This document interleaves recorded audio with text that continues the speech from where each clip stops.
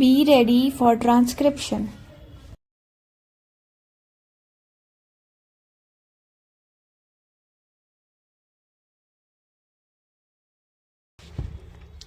Now, Sir, Honorable Member will recall that the bill was introduced in the House of the People on the 2nd September 1953. It has had a long history and in one form or another, it has been before the public since the end of 1949. In the statement of object and reasons, the various stages through which the bill has passed since 1946 have been summarized, and I need not recapitulate on this occasion the circumstances in which the then Government of India took the decision in early 1946 to initiate an inquiry into the reform of our company law. I would remind honorable members that between 1946 and 1948, the entire field of company law was carefully revived by two distinguished company lawyers who were appointed to recommend the board lines on which the present act should be revised.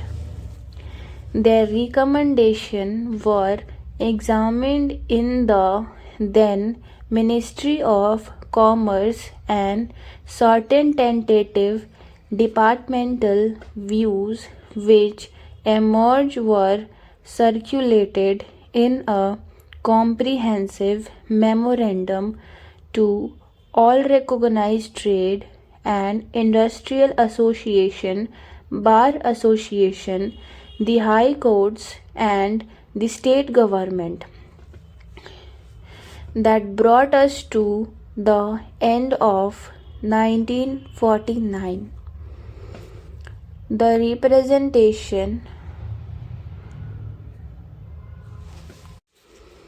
on this memorandum were duly received from chambers of commerce, trade and industrial association, state government and general public.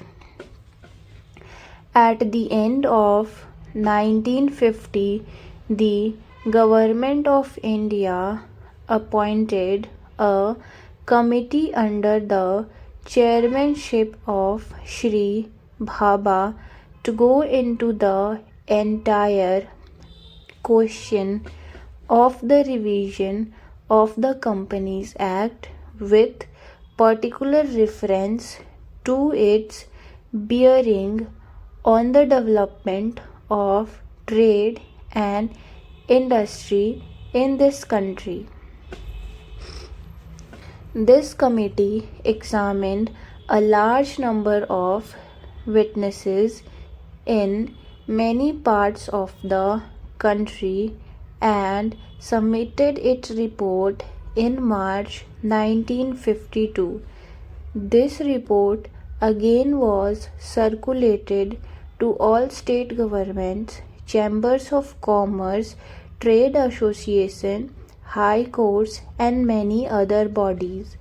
At the same time, a special officer was appointed in Department of Economic Affairs, Ministry of Finance, to examine the report in the light of the views received from the interested public and to submit proposals to government for the revision of the present act. The bill now before the House is based largely on the recommendations of the Company Law Committee, modified in a few particulars. Honorable members will notice that so far as public relations go, the bill has covered adequate ground in a measure like the Companies Bill, however, which covers the entire field of the operation of joint stock companies. The limit of consultation and discussion can never be exhausted, and I would like to inform honorable members that although the bill was introduced in the Parliament over 7 months ago, our officers have been engaged throughout this period in further studies and informal discussion with the interest concerned, and on occasion I have also participated in such discussions. I have also given some further thought to some of the issues arising out of the bill, and I propose at the appropriate stage to bring before the Select Committee any change in the provision of the bill which seems to me to be worthy of consideration in the light of this further examination. No honorable members will have noticed that the bill contains 6 clauses and 12 schedules. I think it is probably one of the longest legislative measures in recent legislative history. But its size might be regarded as misleading unless I make a few comments. The bill is both, one must remember, a consolidating and amending measures. As mentioned in the statement of object and reasons, this is the first opportunity which has occurred since 1923 for the consolidation of the Companies Act. Advantage has been taken for this opportunity to redraft several long and complicated sections in the present Act, which have been split up into a large number of clauses. This is the largest single factor accountable for the increase in the number of clauses in the bill.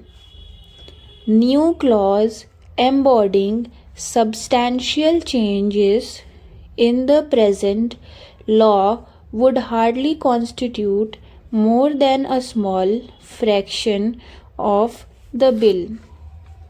I would also draw attention to the structural changes in the bill to which a reference has been made in the statement of object and reasons. The redraft of the bill and the rearrangement of the existing chapters in the Companies Act in a more logical order, I think, resulted in a noticeable improvement in the form of the bill, and I hope will facilitate better understanding and appreciation of the scheme.